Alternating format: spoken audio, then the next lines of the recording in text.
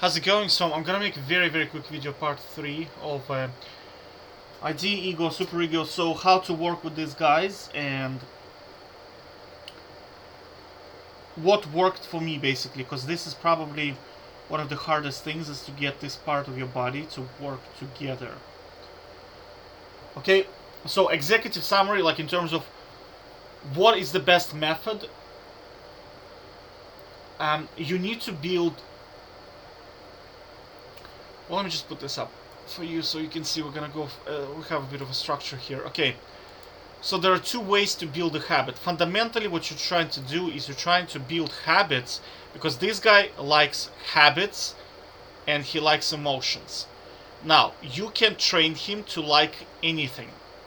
This is the key one people don't understand, is that sometimes they're like, oh, but that's not for me. Yeah, but this guy can be converted into anything. You can make him like tuna.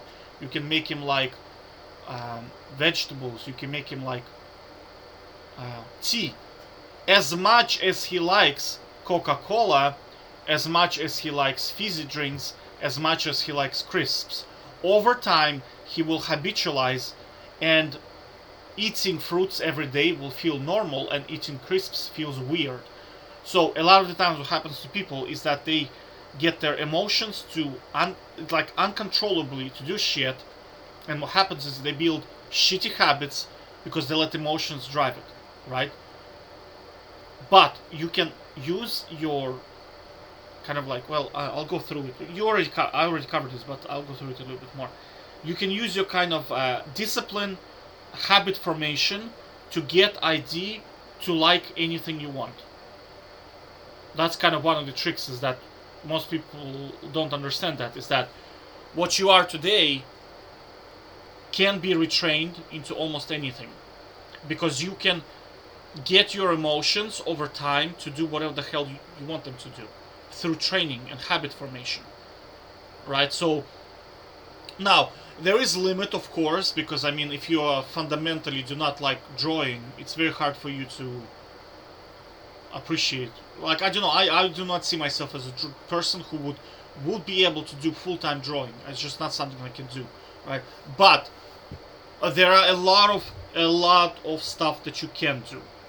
Diet is one of them. I'd say diet, you can probably make yourself eat absolutely anything in the long term, right? Because again, your emotions become habitualized, and then you'll be like, okay, I want tea. Like sometimes I wake up and I just want tea and plain water, filtered water, because I hadn't had it for like, I don't know, I've been drinking Diet Coke too much, and it starts, and my ID starts complaining and saying, hey dude, I want some tea, I want some water, I'm sick and tired of eating beef burgers, I want mackerels, I want rice, I want oatmeal.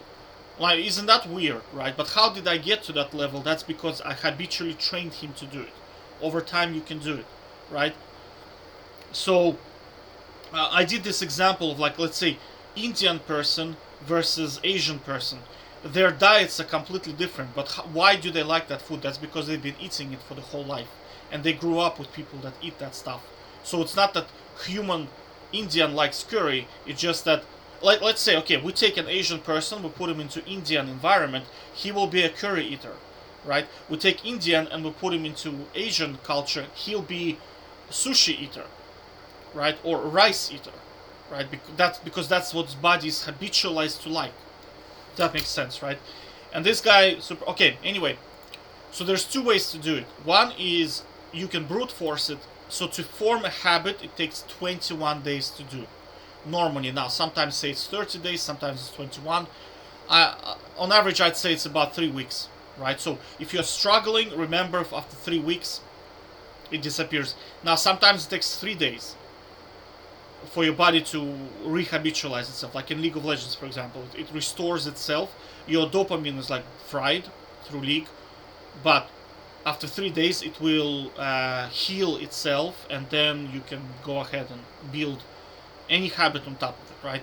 Now the second method is the easiest, which is called substitute good, which is like, okay, what am I gonna replace it with? Let's say you're eating, I don't know, crisps. Your crisps, you like it, utility is 10,000, right, from crisps. and it fills, I don't know, let's say 1,000 calories in your diet. So what type of food are you gonna replace your crisps with to give you 10,000 utility and satisfaction, and to give you 1,000 calories? I mean, the beauty about 1,000 calories is you can mix a lot of food for 1,000 calories to substitute crisps. There are so many things I can think of that are just even simple things like I'd go for a sandwich okay, so sandwiches, one sandwich is 2 bags of crisps. I will go for sandwich any day over 2 bags of crisps, right? So substitute good is another one. Okay, so that's this thing. Okay, so negotiation is the key. So one thing I was struggling was I was trying to box this guy, ignore him, suppress my emotions, blah blah blah. My day was when I realized you have to negotiate with him. So it sounds in your head like this. This guy wants to do homework. This guy wants to play a computer game. You say, okay, why don't I do homework and drink Coca-Cola at the same time? This guy will go for it. So you see, you have to you have to meet in the middle. You have to train your negotiation skills so that both of them are happy at the same time. This was the breakthrough for me. When I started doing that, everything just aligned for me. Because if you neglect this guy, your life gonna suck a little bit, right? If you neglect this guy, your life is gonna be chaos, right? So you have to negotiate. So like you can again think on paper, write down, okay, I want to do workout. What does ID want after the workout? He'll say, okay, do a heavy workout, but I want McDonald's. Go do a heavy workout, eat your McDonald's, right? This guy says, okay, I want you to finish a ticket at work.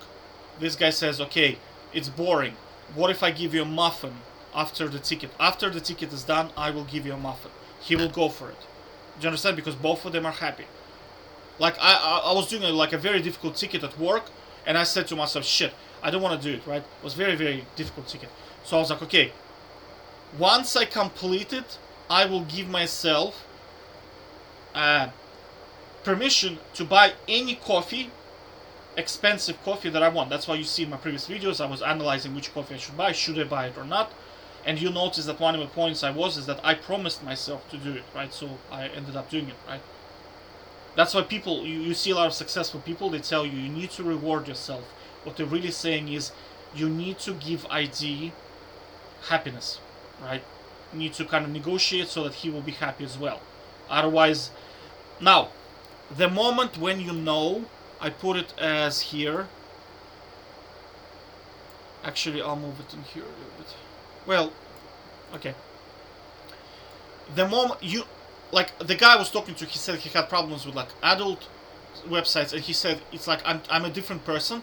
I struggle to control myself. I feel I shouldn't be doing it, but I'm doing it anyway. This tells me you are not managing ID correctly. You will get binge watching outbursts of emotional. You see some people, for example, CEOs, old school CEOs. I don't know about the new one CEOs, but you had CEOs who were they would pay women to undress them and beat the shit out of them with a whip, basically, right? Why is that happening? Because they've been suppressing their emotions for such a long periods of time. They need a massive burst of emotions just to get the ID going. Do you know what I mean? It sounds weird, but sometimes it works. Do you know what I mean? I personally did not do it. That's why you see some reports, they don't do that anymore, but they used to be a long time ago, 2 decades ago, I suppose. Some CEOs would just dress up as chickens and just run around the forest, as if they... And you can't talk to them because they lost their mind. That's because because you have to remember that back in the days, there was a lot of focus on discipline, on willpower, and people thought that, okay, to be successful, you have to suppress emotions. It does not work in the long term. It simply burns you out. That's why you have cases of people who achieved astronomical successes, right? Astronomical. Rags to riches, they were able to do it despite all the odds. It was very, very difficult, right? And then they just go ahead and kill themselves. Because you see, they're thinking to themselves, oh my god, now I have to maintain it, and that's even less of emotions. That's even harder to do.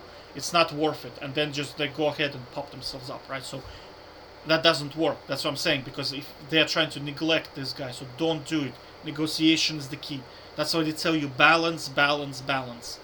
And what they're telling you is that both parties, inside of your head, I'm talking about when you trying to reach integrity, which is both parts working together, has to be present and has to be satisfied. Otherwise, you're gonna have issues, bugs, long term, right?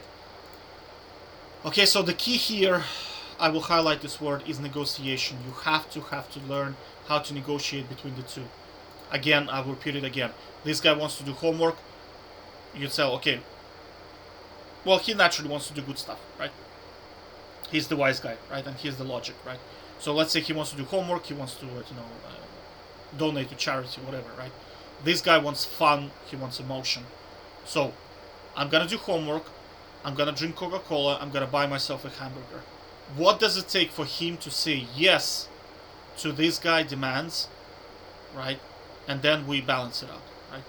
Now, in my videos, I kind of, this guy looks like a super dude, right? And he is, in a lot of ways, he is very, very, very, very good, right? But he can troll as well. So I'll give you an example. I noticed sometimes he has a lot of problems with, like the problem with this guy, he doesn't understand the concept of time sometimes. Well, I wouldn't say that, but like, I notice sometimes the logic, he's like, sometimes he trolls. So I'll give you an example, right? So he could be standing there trying to, let's say you're earning $100 per hour, hypothetically speaking. But he sometimes is debating whether you should spend €5 on a, well, I don't know, there's some kind of, chocolate on a discount, and you're thinking to yourself, shit, should I buy it? Do you know what I mean? It's like, there's like €5 discount. Do you know what I mean? Like, that €5 is so irrelevant. Or whatever, you want to buy some socks, but they tell you if you buy 2 socks, you get like, well, not 2 socks, but 2 pairs of socks, you get third one for free. So you're thinking to yourself, shit, I went to buy one, but if I get second one, I'll get third one for free. Should I buy it?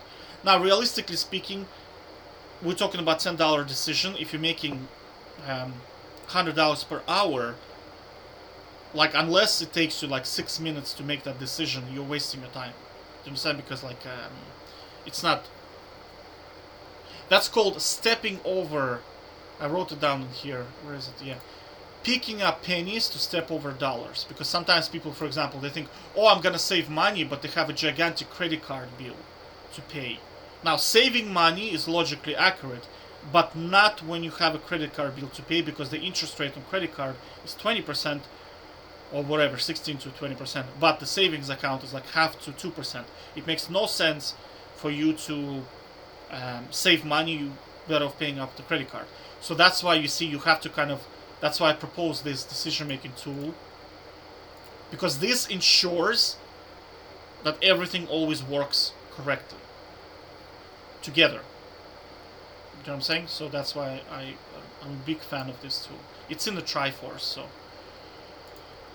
Okay, again, outbreaks. If you're getting outbreaks when you can't control yourself, you are managing this process wrong. You are probably suppressing ID. Do not do that. Negotiate. Okay. Yeah, bad way of doing it is suppressing. Okay, this one is I'm gonna cover very, very quickly. So, where did this idea came from? Of pain and suffering leads to some kind of reward in the future. So I'm not gonna go to deeps in here, but I'll tell you. Okay, back in the day there was economic studies and people trying to understand what is value, right? So in the beginning there was landlords. So land was considered the value. The more land you have, the wealthier you become. Okay, then it shifted into industrial. So the more factors of production you have, the wealthier you get. So people shifted from being landlords to being owners of businesses that own factories.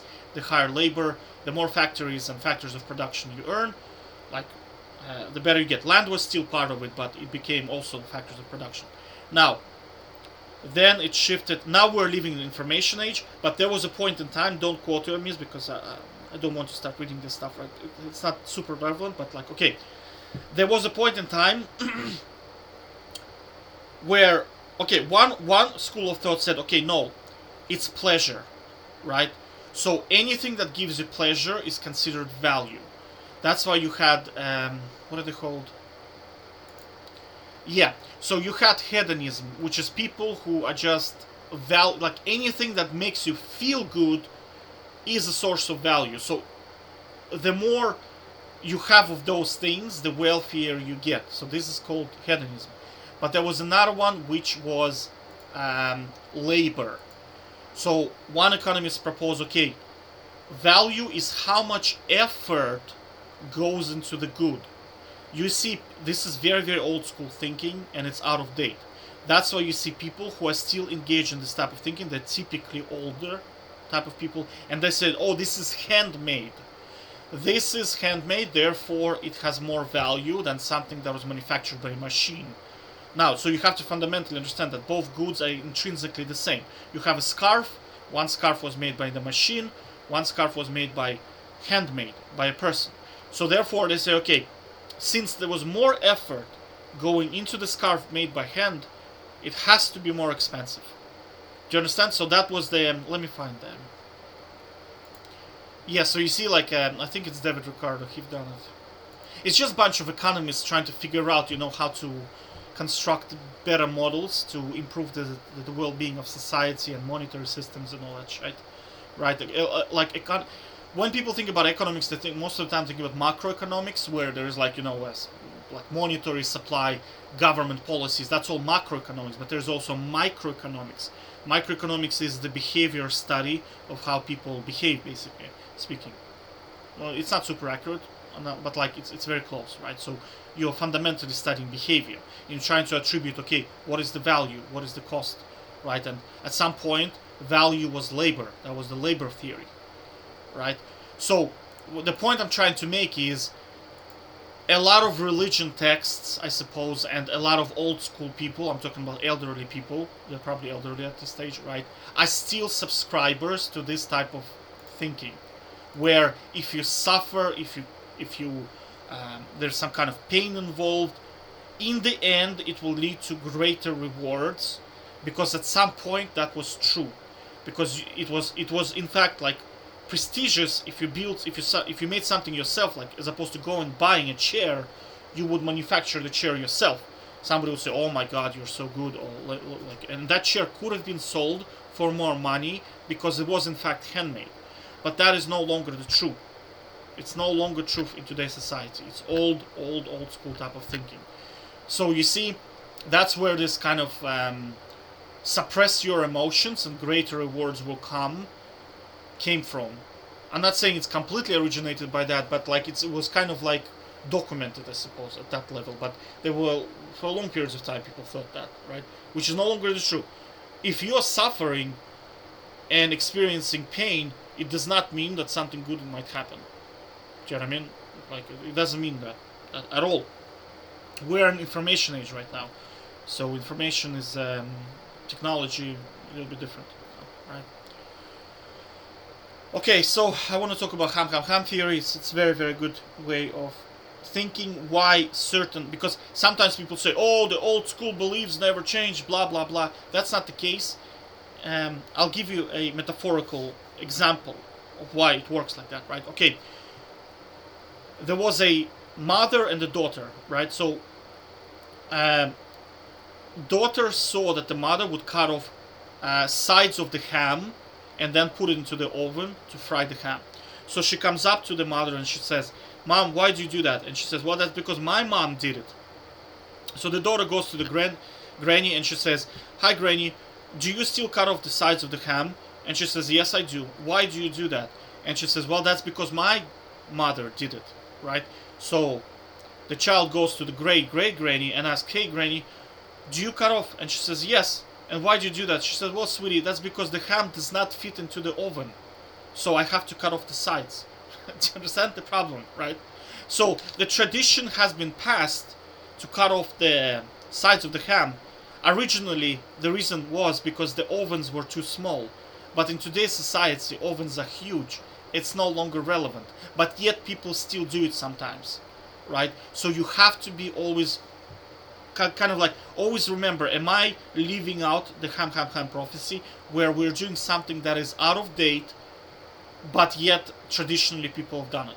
Do you know what I mean? So it's just a good metaphorical thing to remember that when you're kind of somebody's passing over some kind of methodology, you have to always think, okay, does that make sense in today's world? Okay. All right. Yeah.